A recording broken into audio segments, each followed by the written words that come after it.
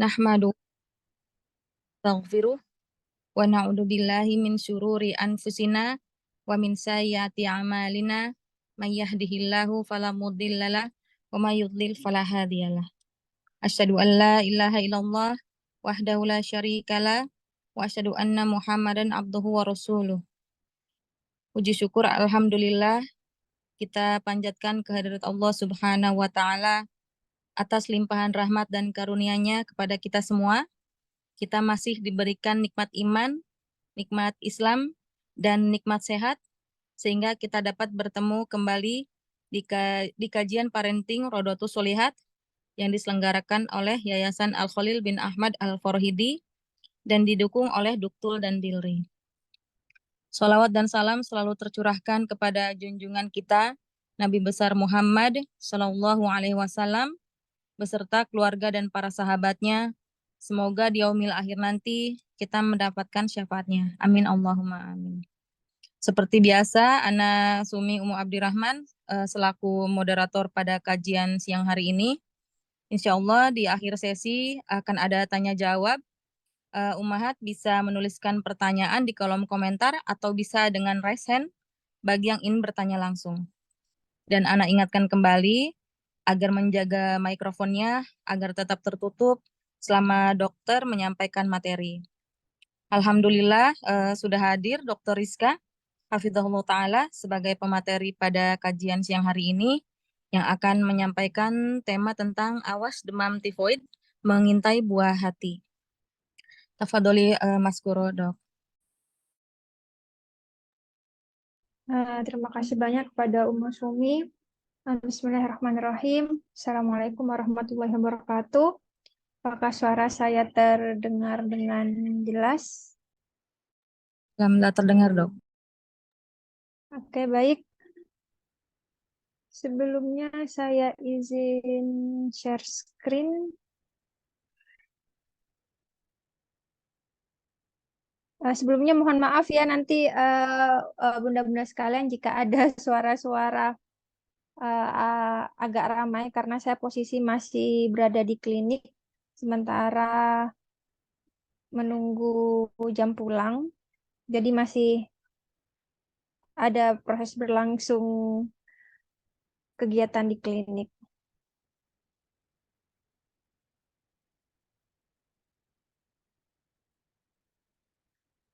Oke, sudah terlihat. Sudah terlihat ya, bunda-bunda sekalian. Sudah, Dok. Oke, bismillahirrahmanirrahim. Saya mulai kali ini kita akan membahas sebuah tema yang berjudul demam tifoid atau biasa kita dengarnya itu tipes ya. Nah, awas demam tifoid mengintai. Kita mulai dari apa itu demam tifoid. Baik, demam tifoid dalam hal ini adalah sebuah infeksi yang disebabkan oleh Salmonella typhi. Selain Salmonella typhi ada juga bakteri yang disebut Salmonella paratyphi. Jadi infeksi bakteri ya benar-benar sekalian. Penyebabnya yaitu tadi bisa Salmonella typhi atau paratyphi.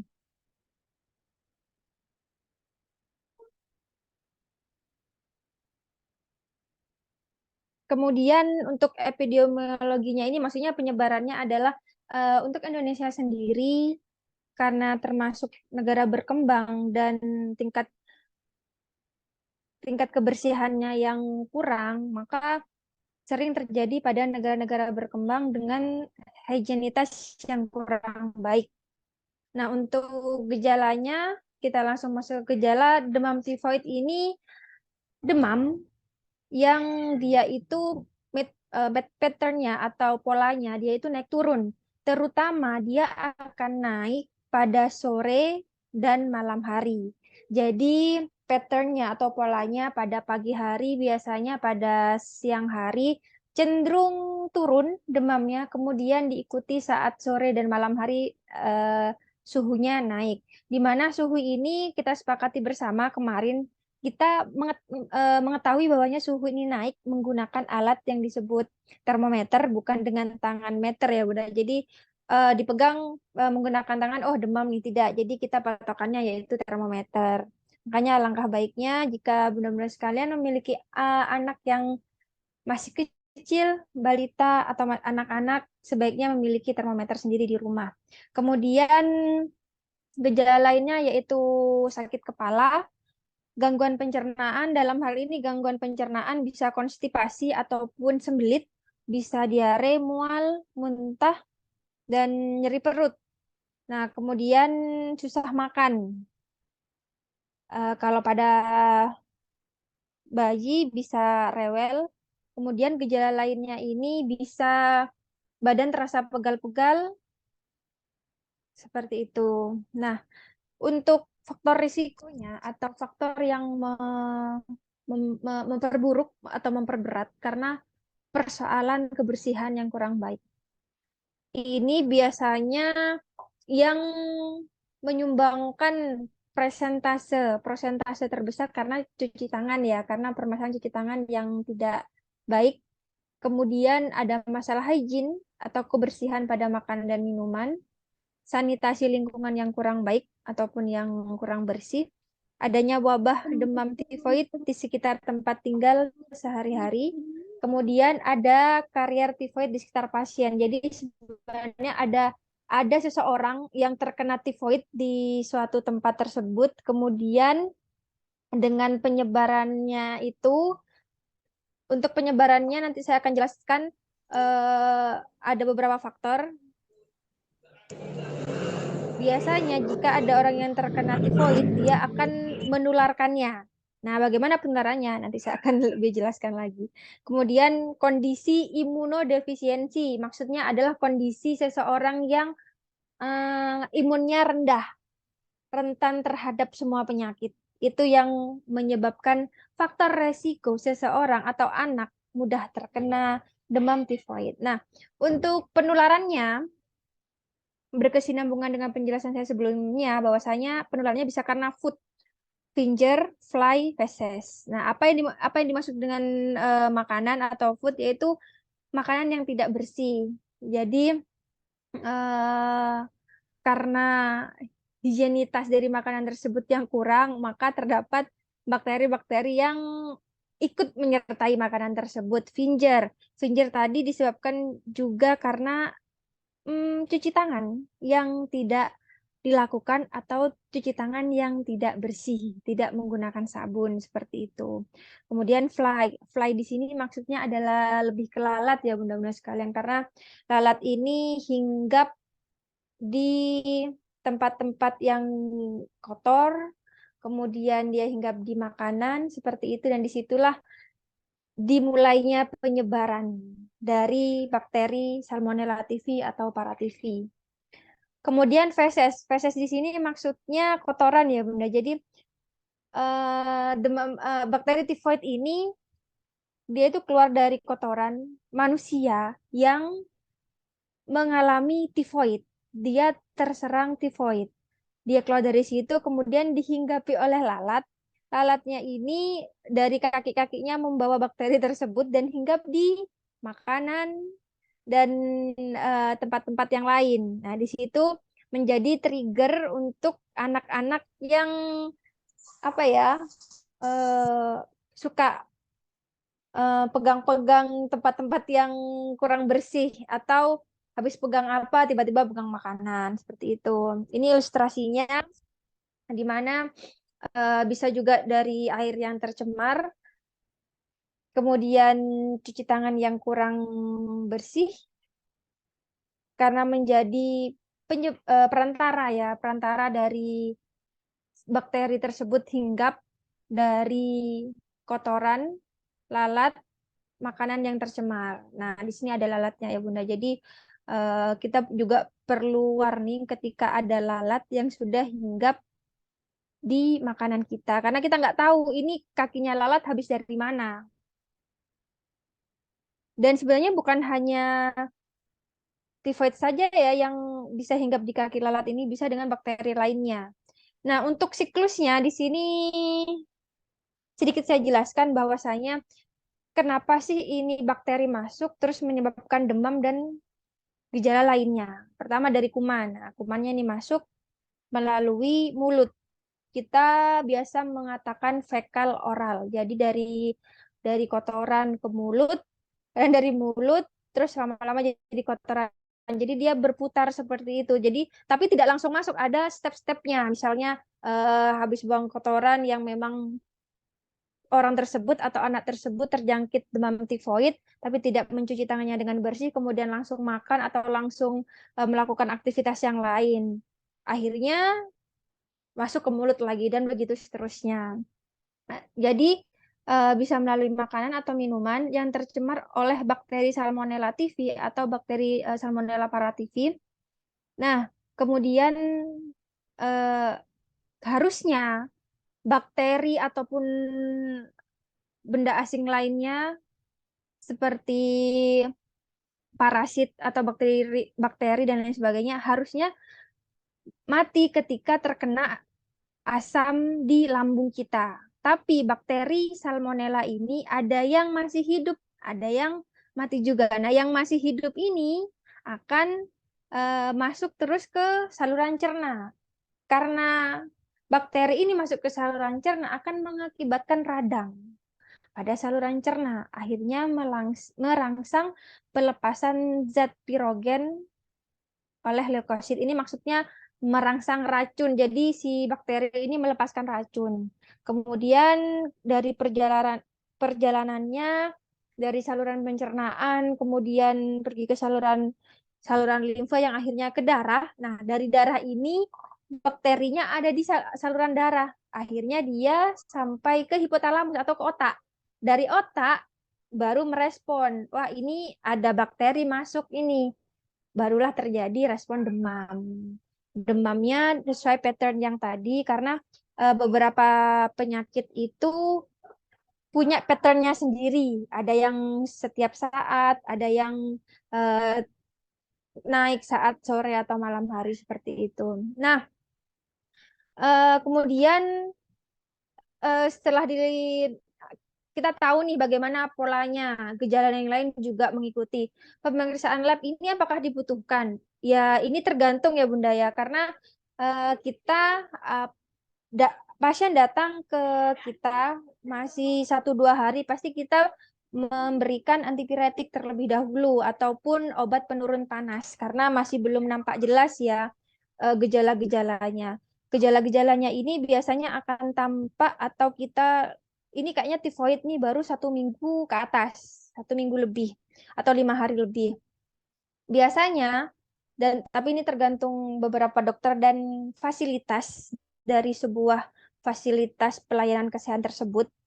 Jika lebih dari 3 sampai 5 hari, biasanya sudah melakukan pemeriksaan darah lengkap. Nah, darah lengkap di sini baru kita ketahui bagaimana sel darah putihnya. Nah, sel darah putih atau kita biasa menyebutnya leukosit, kita akan mengevaluasi di situ. Kemudian, jika kita mulai mengarah ke demam tifoid dengan gejala yang ada, maka akan dilanjutkan dengan pemeriksaan kita sebutnya tes Widal ya untuk demam tifoid. Jadi untuk mendeteksi apakah memang iya bakteri ini ada. Biasanya yang tersedia Widal. Tapi untuk yang lebih lebih akurat lagi ada yang nanti tes kultur. Untuk kapan ini disesuaikan gejala yang tampak. Kalau awal-awal biasanya masih belum tampak ya Bunda ya. Jadi biasanya 5 hari ke atas sudah mulai jelas patternnya.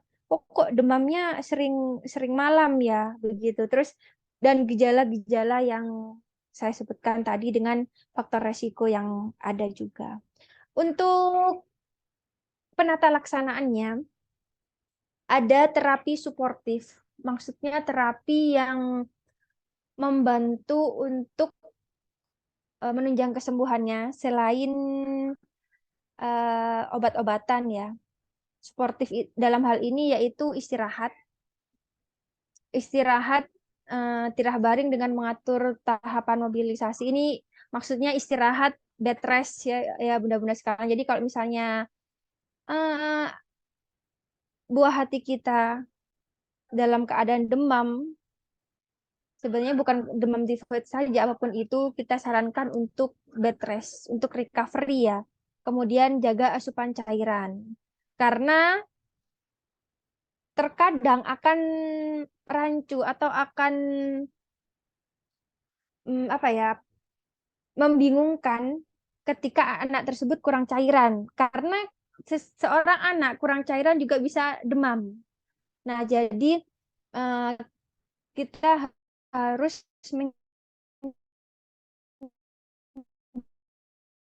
menjaga kondisi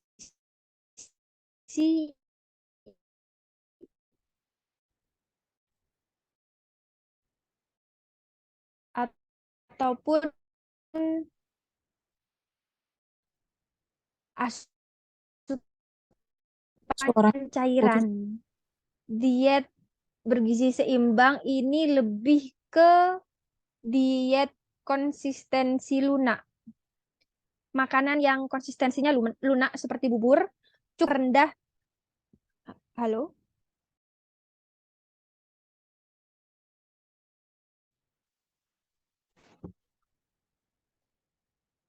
eh Suara saya apakah terdengar jelas, Bunda? Tadi sempat keluar. Jelas, Dok. Oke, saya lanjutkan. Saya lanjutkan. Untuk penata laksanaan, saya kira tadi putus di tata laksana.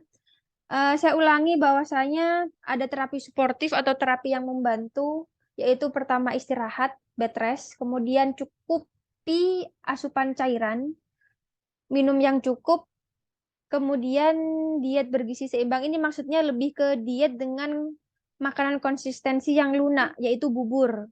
Cukup kalori dan protein, akan tetapi yang perlu digarisbawahi yaitu rendah serat. Kemudian untuk konsumsi obat-obatan ini nanti harus resep dokter ya, karena biasanya akan diberikan antibiotik.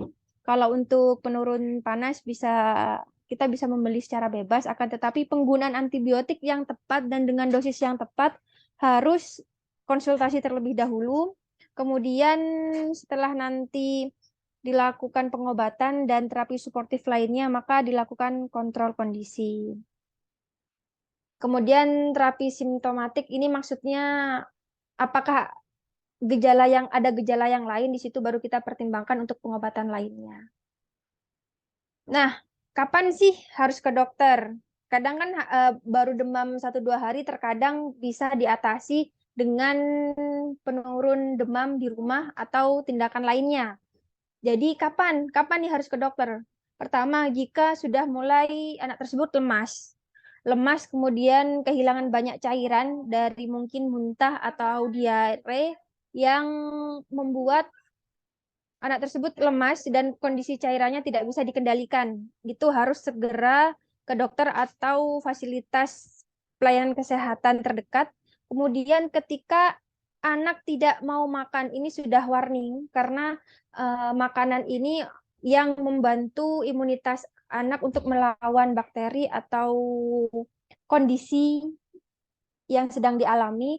Akan tetapi jika tidak mau makan atau tidak mau makan dan minum, itu sudah warning untuk segera dibawa ke IGD terdekat atau pelayanan kesehatan terdekat. Untuk komplikasi ini maksudnya apa hal terburuk yang terjadi pada tifoid ini jika dibiarkan yaitu dapat terjadi perdarahan pada usus.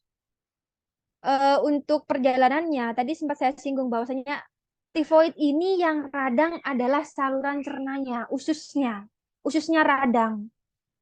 Karena radang, jika tidak diobati terus-menerus, ini bakterinya ya akan di situ. Lama-lama dia akan menggerogoti dan pada akhirnya akan lobang dan akan ada perdarahan. Nah, kita menyebutnya lubang pada usus itu perforasi usus. Jadi ada lubang pada usus karena tidak ada pengobatan yang adekuat, kemudian bisa diikuti dengan perdarahan pada usus. Nah, kenapa pada demam tifoid ini diberikan makanan makanan dengan konsistensi lunak karena lambungnya sedang radang. Jadi dengan memberikan makanan konsistensi lunak, kita mengurangi beban usus atau beban sistem pencernaan yang sedang sakit seperti itu. Untuk pencegahannya terdapat vaksin tifoid. Jadi sebenarnya sempat ada pertanyaan juga, sebenarnya apa sih vaksin-vaksin yang perlu untuk anak itu?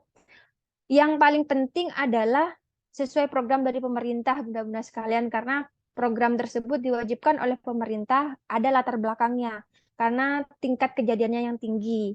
Jika demam tifoid ini ada vaksinnya, tapi tidak diwajibkan. Karena jika penanganannya tepat, penanganannya dilakukan lebih awal, cepat dan tepat, maka bisa ditangani dengan baik. Nah, kembali lagi faktor terbanyaknya biasanya karena cuci tangan. Karena faktor penyebarannya tadi dari fekal oral, dari mulut dari kotoran ke mulut dan berputar seperti itu. Jadi faktor yang sangat berpengaruh dalam hal ini yaitu cuci tangan yang tidak benar. Kemudian hindari minum air yang mentah karena kita tidak tahu ada bakteri apa di dalamnya. Pada air mentah bisa saja ada bakteri Salmonella, ada bakteri E. coli, dan bakteri lainnya. Karena ya apa ya, kita menghindari kemungkinan terdapat bakteri ataupun higienitas bakteri yang kurang baik. Kemudian ada hindari konsumsi buah dan sayur mentah, pilih makanan yang baru dimasak. Oke, mungkin sampai di sini saja. Selebihnya saya akan membuka sesi pertanyaan atau diskusi. Baik. Alhamdulillah, jazakillahu khairan kepada Dr. Rizka. Kami persilahkan kepada Umahat yang ingin menyampaikan pertanyaan. Tafadholi.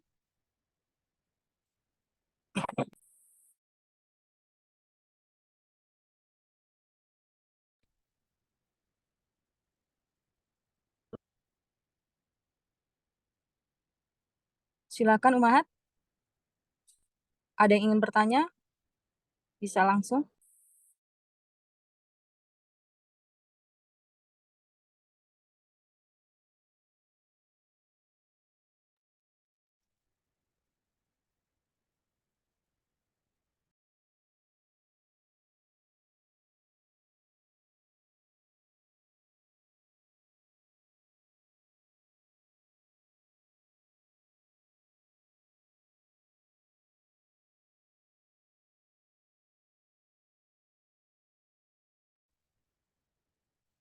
Silakan Umahat. Mungkin bisa di luar tema ya, Dok ya. Silahkan, silahkan. Ya, silakan Umahat.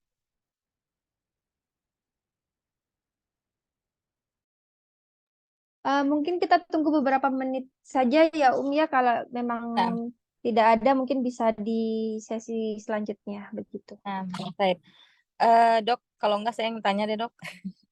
Baik, silahkan Nah, Om. kan ada yang poin 4, hindari konsumsi buah dan sayur mentah.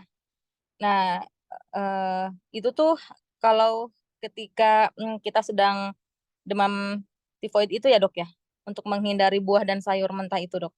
Betul. Eh, dilanjutkan dulu pertanyaannya.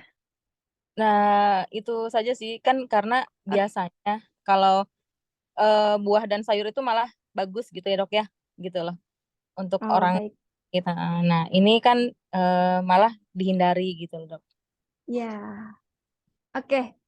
Pertanyaannya bagus sekali, Jadi kenapa pada demam tifoid ini harus dihindari malah sayuran dan buah? Sayuran dan buah karena seratnya tinggi. Nah, memang pada orang ataupun anak yang kondisinya sehat itu sangat bagus karena seratnya tinggi, mineral, vitaminnya juga juga cukup bagus, bagus. Nah, pada kondisi demam tifoid kembali lagi bahwasanya ususnya sedang radang. Ususnya sedang radang. Jadi ketika serat ini masuk, maka dia akan bekerja lebih berat. Nah, sedangkan makanan ini kan nanti diproses di lambung, nanti di lambung nanti dilumerkan, apa namanya, dihancurkan lagi di usus halus, usus besar. Nah, ususnya ini sedang radang, sedang sakit. Jadi makanya kita tidak memberikan buah dan sayur, dalam arti bukan tidak memberikan sama sekali ya, dikurangi. Dalam hal ini dikurangi dan diberi diet lunak, konsistensi lunak seperti bubur agar tidak membebani kerja usus yang sedang radang. Untuk sementara seperti itu. Karena sedang radang, oke, sekarang usus istirahat dulu, makan yang mudah-mudah saja dulu, nah, begitu. Karena faktor itu. Taib dok, jazakillah khairan atas jawabannya dok. Mungkin Umat ada yang ingin bertanya. Oh, ada Vina Khairunisa, Tafadoli. Ya. Assalamualaikum dokter. Waalaikumsalam warahmatullahi wabarakatuh. Ini saya mau bertanya, kalau kita di tensi, punten ya dok, kalau misalnya di luar tema, eh, kalau tekanan darah rendah sama gula darah rendah itu apa? Sama atau berbeda ya dokter? Baik, terima kasih atas pertanyaannya. Eh, apa tadi bahas tentang tensi rendah dengan gula apa tadi? Gula darah yang rendah. Oke, beda atau tidak? Itu beda ya, Bunda ya. Perbedaannya di mana? Kalau tensi ini kita mengukur tekanan, yang perlu digarisbawahi adalah tekanan darah kita. Di mana tekanan darah ini normalnya 120/80. Naik sedikit tidak masalah, turun sedikit tidak masalah. Akan tetapi ada beberapa varietas orang yang memang tensinya tinggi tapi tidak menimbulkan gejala lainnya. Permisi. Oke, iya Pak. Baik, saya lanjutkan. Untuk tekanan ya, jadi bisa 120/80, naik sedikit masih nggak masalah, turun sedikit nggak masalah, naik sedikit juga nggak masalah. Normalnya segitu, akan tetapi ada beberapa orang yang pernah saya temui dengan tensi 160/sekian, pasien tersebut bilang, saya nggak masalah, memang segini. Oke, berarti memang varietasnya seperti itu. Tapi jika ditanya normalnya, kembali lagi, yaitu 120/80. Jika tekanan darah ataupun tensi, itu tekanan. Tekanan darah kita. Tapi kalau gula darah ini kita mengecek glukosa atau gula pada darah kita. Penggunaan alatnya apa? Penggunaan alat yang biasanya apa itu kayak ditusuk lewat menggunakan jarum lewat jari kita. Nanti ditekan sedikit, ada alatnya nanti bentuk stick, baru di situ diukur. Sedangkan tekanan darah menggunakan tensimeter yang dipompa itu. Oke, dari segi alat sudah beda. Hasilnya bagaimana? Jika gula darah rendah, kita lihat angka normalnya. Ada gula darah acak atau gula darah sewaktu normalnya 126. Gula darah acak ini misalnya kita tidak tahu makan apa, tidak puasa seperti itu, tiba-tiba langsung dicek, itu normalnya segitu. Kemudian ada gula darah puasa. Gula darah puasa ini biasanya di bawah 100. Di bawah di bawah 126. Di bawah 126 biasanya kisaran 100-an. Tapi kalau misalnya rendah, itu biasanya kembali lagi macam-macam. Ada yang gula darah terdeteksi 90 sudah pusing. Ada yang 80. Saya pernah menemui 60, gula darah 60, tapi sudah pingsan. Itu sudah warning. Karena harus segera dimasukkan glukosa yang sintetis untuk menghandle itu semua. Jadi perbedaannya di situ dari alat yang digunakan. Yang dicek satunya tekanan, satunya gula yang ada pada darah. Kalau tekanan ini dipengaruhi karena pikiran, makan yang asin-asin atau ada turunan tensi tinggi. Kalau gula karena makanan berlebih atau suka makan yang manis-manis. Secara garis besar seperti itu. Iya, terima kasih dokter. Satu lagi boleh nggak dokter? Tapi masih nyambung. Oke. Eh, Kira-kira pertolongan pertama untuk yang punya tekanan darah rendah apa ya dokter? Punten ya dokter. Oke, pertolongan Terima pertama. kasih. Pertolongan pertolongan pertama untuk darah rendah. Ini kembali lagi harus ditensi dulu dan rendahnya sebatas mana dan ada gejala apa. Begitu. Karena orang dengan gejala darah rendah kadang setiap kondisi, setiap dia periksa kadang berbeda-beda. Jika memang darah rendah sekali sampai pucat, bibirnya putih, kemudian CRT ya kita bilangnya tuh apa ya bahasa Indonesia-nya itu apa kalau kuku ditekan itu pucat, kita bilangnya CRT, itu berarti kan sudah rendah sekali. Nah, biasanya akan ada obat yang menyokong. Perlu obat. Tapi kalau misalnya oh tensinya rendah, iya memang agak sedikit pusing begitu. Jadi bagaimana? Ya sudah cukup dengan makan makan makan makan yang teratur, kemudian makan makanan yang tinggi besi, contohnya daging, bayam, seperti itu. Cukup makan yang teratur saja jika maksudnya rendahnya tidak signifikan. Tapi jika tiba-tiba darahnya tensinya rendah sekali dan diikuti gejala lainnya atau penyakit penyerta, nah itu perlu di assessment ulang, perlu diobservasi. Seperti itu. Jadi untuk pertolongan pertamanya jika masih bisa dihandle, kita masih bisa berdiri lah, yaitu istirahat, makan saja sehari 3 kali dengan makan makanan yang mengandung eh, zat besi yang tinggi. Karena zat besi ini yang cikal bakal untuk pembentukan darah seperti itu. Iya, alhamdulillah sudah terjawab. Hatur nuhun dokter. Jazakillah khairan. Syukron. Baik. Selanjutnya ada pertanyaan dari kolom chat, Dok, dari Tina Farida. Assalamualaikum, Dok. Afan terlambat bergabung karena baru sampai rumah Afan. Kebetulan sudah seminggu si kecil usia 10 tahun laki-laki mengeluh lidahnya terasa perih. Ada bintik-bintik kemerahan. Kami berikan madu, ternyata 2 hari yang lalu saya lihat langit-langit mulutnya seperti ada sariawan di beberapa tempat. Dan tadi pagi saya pegang keningnya cukup hangat. Kira-kira apa ya dok penyebabnya? Di sekolahnya sedang banyak yang sakit. Sebagian sebagian sakit cacar. Jazakillahu khairan dok. Afwan lupa dok. Apakah ada pantangan makanan dan minuman untuk Ananda dokter? Oke, baik. Oke, baik. Pertanyaannya bagus. Saya akan mencoba menjawab. 10 tahun ini ada kemerahan, bintik merahnya di badan atau di mulutnya? Saya rasa di badan ya ini pasti ya. Dok, cacar ya dok. Ya. Hmm, karena sebentar saya coba mencari data. Sebelumnya saya sempat menjelaskan hal itu ya. Mungkin saya bisa kasih gambaran. Afwan dok, di lidah katanya dok. Oke.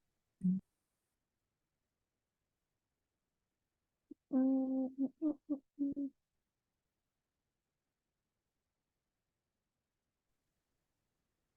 Baik, di lidah tapi di badannya tidak ada ya Bunda ya.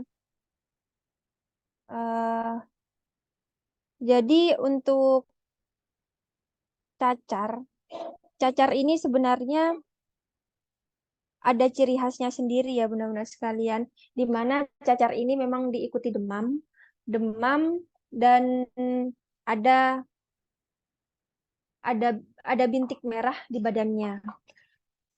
Kemudian jika terdapat bintik-bintik kemerahan yang perih dan ternyata setelah dicek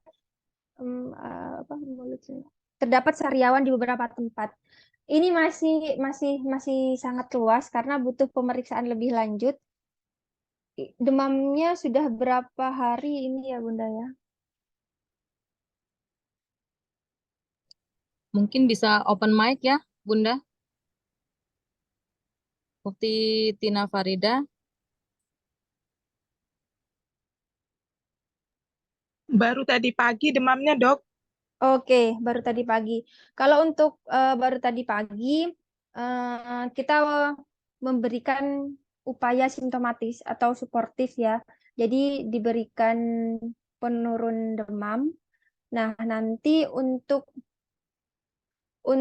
gejala lainnya kita lihat apakah nanti ada demam yang sangat tinggi, kemudian diikuti anak-anaknya lemas, tidak nafsu makan, sakit kepala, kemudian ada diikuti bintik-bintik merah yang ada airnya, ada yang tidak, atau benjolan-benjolan kecil. Intinya mayoritas berair itu baru nanti arahnya kepada cacar. Tapi kalau misalnya tidak di badannya, di sekitar mulut, itu masih ada beberapa suspek atau kemungkinan penyakit yang lain.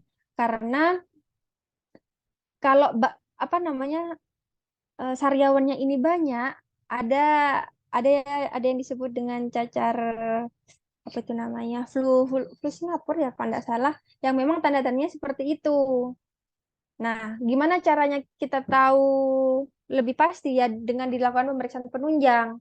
Nanti kalau misalnya ke dokter dilakukan pemeriksaan lab, kemudian ada nggak gejala lainnya. Karena kalau cacar, ciri khasnya itu memang demam tinggi sekali, pusing, kemudian yang paling penting adalah ada bintik-bintik yang berisi cairan dan merah, biasanya panas pada anak. Itu di seluruh badan seperti itu. Jadi kalau misalnya tidak ada pada badannya, ini masih ada kemungkinan yang lain. Jadi maksud saya bagaimana penanganannya, diberikan antipiretik dulu, pastikan mau makan karena mulutnya sakit ya Bunda ya, perlu diberi dengan konsistensi yang lunak juga. Dalam hal ini bukan karena ada kemungkinan radang pada usus ataupun saluran cerna, tapi karena sistem pengunyahannya sedang sakit. Nah, kalau misalnya tidak mau makan, ini bisa langsung dibawa ke fasiankes terdekat karena tetap harus mendapatkan asupan. Jika tidak mau makan, biasanya akan dilanjutkan asupan lewat infus. Kalau dibilang penyebabnya, kalau masih tadi, saya masih kurang tahu karena gejalanya belum mengarah, belum menjurus ke arah apa, masih banyak terlalu banyak suspek ataupun dugaan pada penyakit lainnya.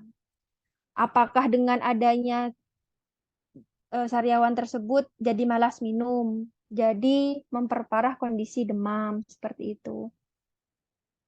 Kalau untuk pantangan makannya tidak ada ya Bunda ya, baru 1 hari tidak mengarah kepada demam tifoid.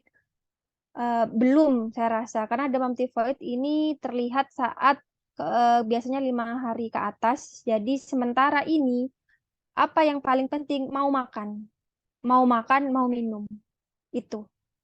Itu yang paling penting sekarang. Kalaupun nanti pada akhirnya akan ada bintik merah, karena kan kalau cacar itu ada proses perjalanannya ya Bunda ya. Dia prodromal dulu atau gejala demam dan sebagainya, baru nanti ada keluar bintik. Itu tidak ada pantangannya. Semuanya bisa dimakan. Jika memang nanti pada akhirnya ke arah cacar, semuanya bisa dimakan. Semakin makannya banyak, maka akan membantu imunitasnya untuk melawan virus. Karena virus sifatnya limiting disease atau bisa sembuh sendiri dengan kekebalan yang baik. Beda sama bakteri tadi, itu beda. Seperti itu. Apakah ada yang kurang jelas mungkin Bunda?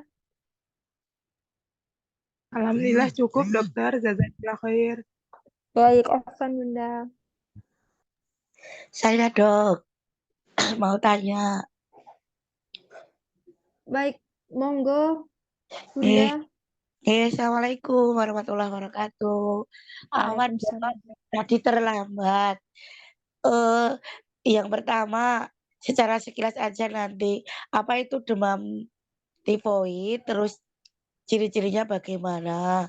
Terus yang kedua, eh, saya itu apa ya, sariawan di lidah kok nggak sembuh-sembuh, padahal udah diobati dengan betadin kumur, juga udah sama Apotil.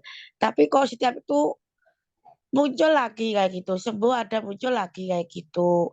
Terus yang selanjutnya kalau bangun tidur kadang di tungkai ini loh, tungkai ya, kaki itu kayak dicocoki gitu loh, kayak kena jarum kayak gitu. Itu tanda-tanda ke arah apa itu tuh, Dok? Terima Oke. kasih. Baik, Bunda Sudarmi, saya coba menjawab sekilas tentang demam tifoid. Demam tifoid ini adalah demam yang diakibatkan oleh bakteri. Nah, nama bakterinya ini ada Salmonella typhi, ada Paratyphi. Nah, diakibatkan oleh bakteri ya, Bunda. Nah, apa aja itu gejalanya? Nah, gejalanya ini demam naik turun dan akan tinggi terutama pada sore dan malam hari. Biasanya diikuti dengan sakit kepala, terus gangguan pencernaan. Gangguan pencernaan ini misalnya sembelit atau bahkan diare, mual, muntah, dan nyeri perut. Kemudian biasanya diikuti malas makan. Pada anak biasanya tambah rewel. Dan gejala lainnya seperti apa ya, badan terasa pegal-pegal begitu. Nah, kemudian ini karena penularannya terutama higienitas atau kebersihan yang kurang baik. Nah, kan karena dari bakteri. Jadi, bakteri Salmonella typhi ini diawali dengan seseorang yang terkena demam tifoid, kemudian defek apa itu bahasanya sana ya?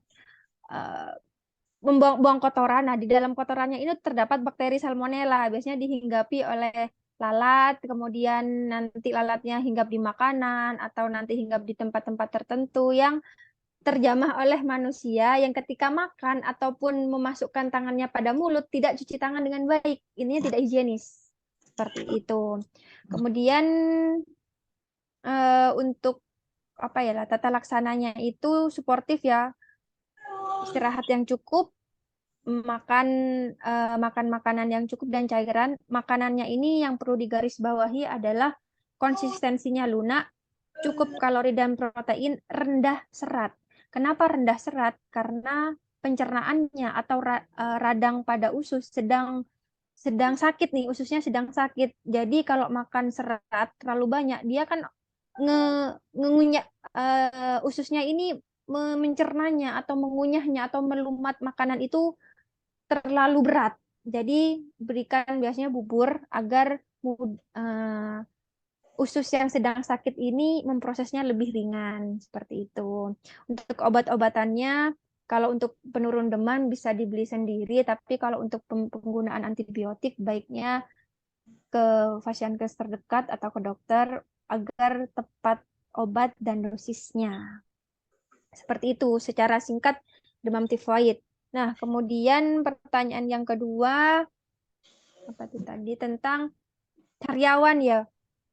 Ini sebenarnya sariawan ini ya Bunda luas karena saya juga termasuk salah satunya. Jadi saya biasanya tiap bulan karena pengaruh hormon.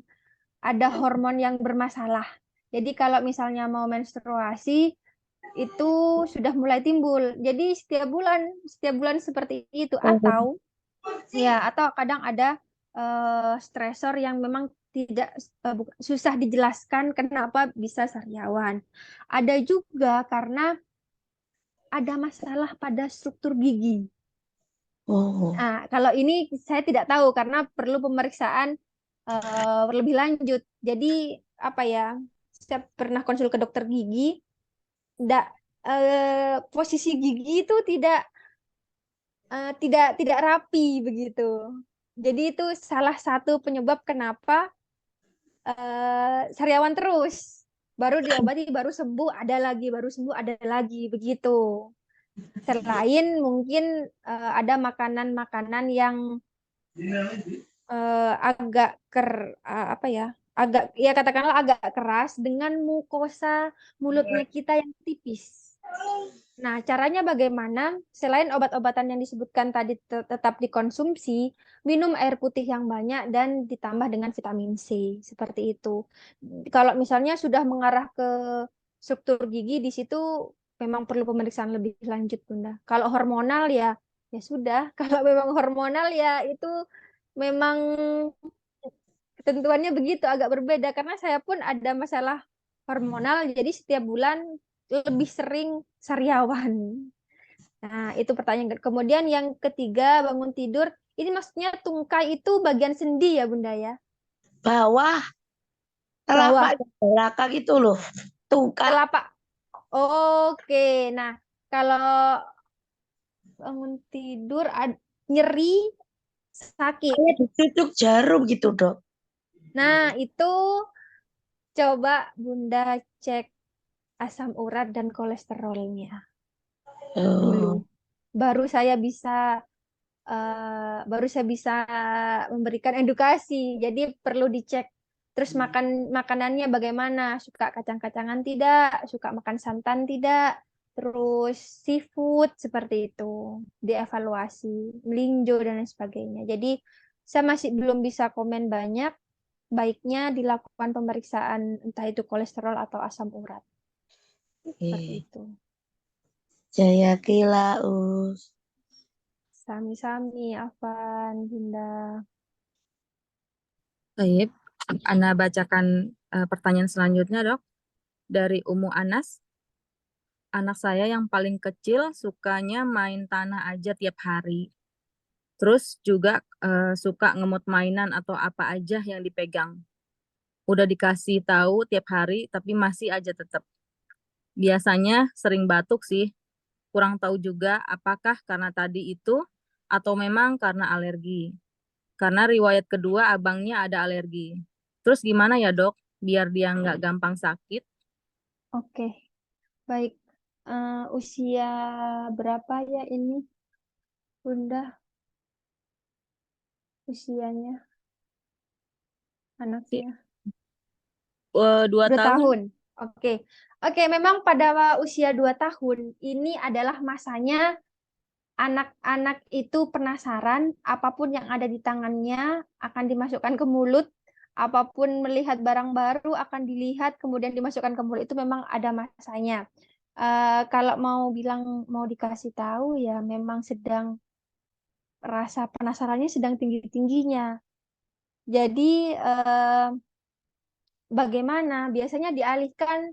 Ini kan kenapa suka pegang-pegang dan ngemut karena anak pada usia segini sedang merasakan sensasi dari struktur benda tersebut.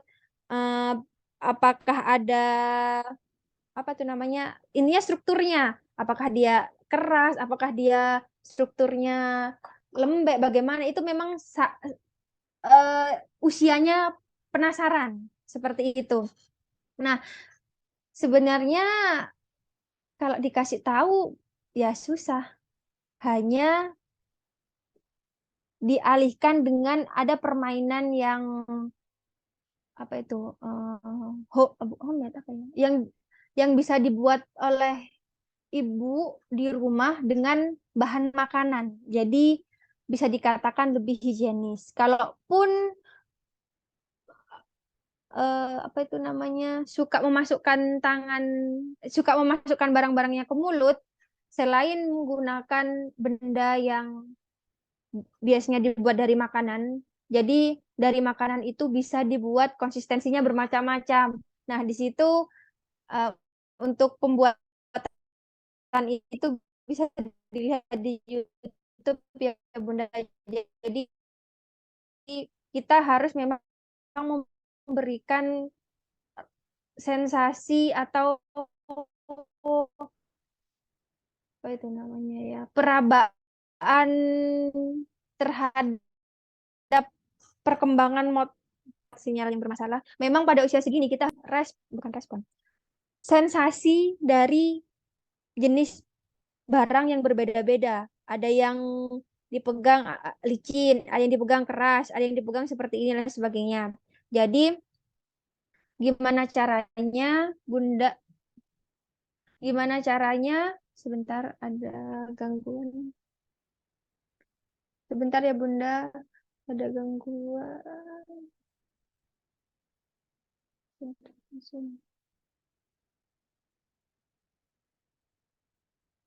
Baik, saya lanjutkan. Sampai mana ya?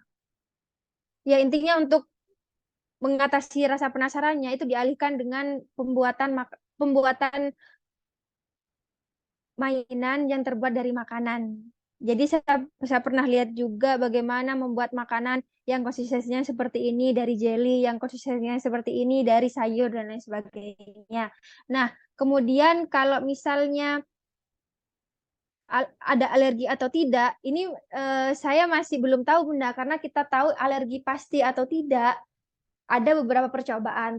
Pertama, menggunakan yang disebut dengan tes skin test. Jadi di kulitnya dikasih coba beberapa jenis bahan ataupun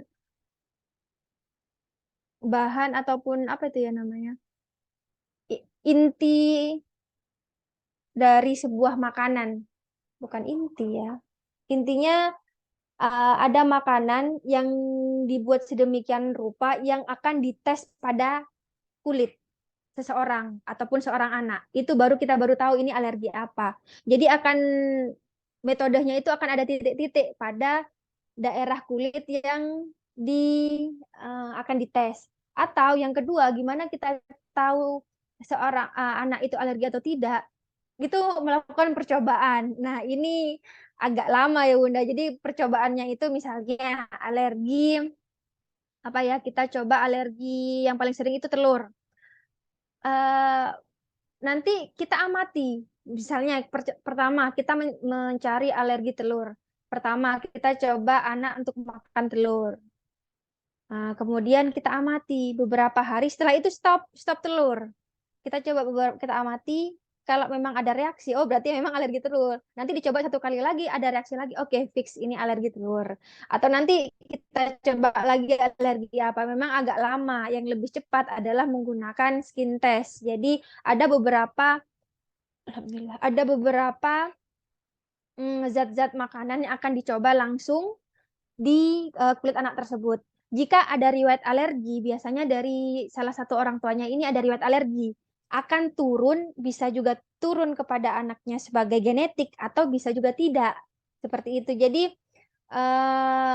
jika saudara-saudaranya punya alergi, kemudian orang tuanya juga punya alergi atau salah satu orang tuanya punya alergi, memang ada kemungkinan besar anak tersebut punya alergi.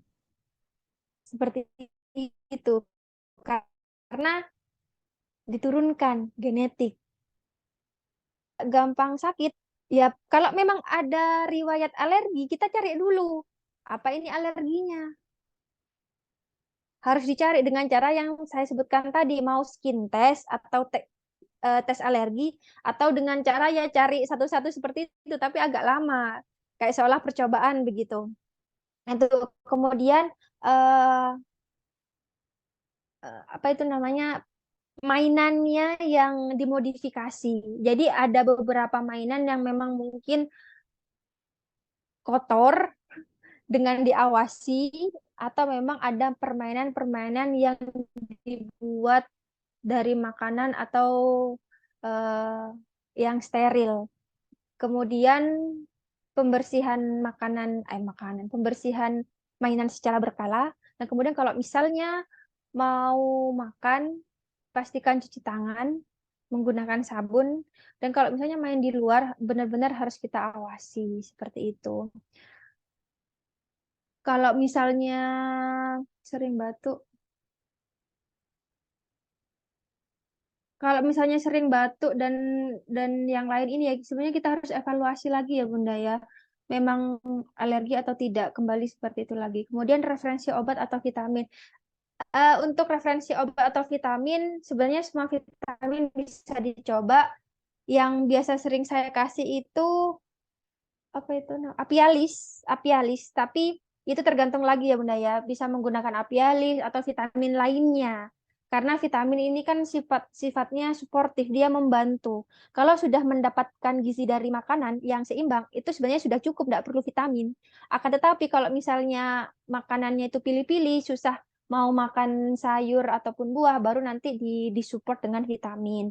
Kalau saya biasanya merekomendasikan Apialis, nama vitaminnya, kadang memberikan kurkuma atau vitamin lainnya nggak masalah karena pada dasarnya dia mensupport vitamin dan mineral yang didapat dari makanan makanan sayur, protein, buah seperti itu. Apa ada apa kurang jelas ya Bunda ya? Apa mungkin ada yang ingin masih ditanyakan? Baik, terima kasih Afwan. Alhamdulillah. Jazakillahu khairan atas penjelasannya, Dok. Mungkin ada pertanyaan lagi dari Umahat.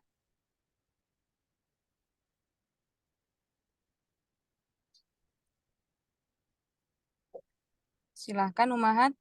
Mungkin ada pertanyaan lagi.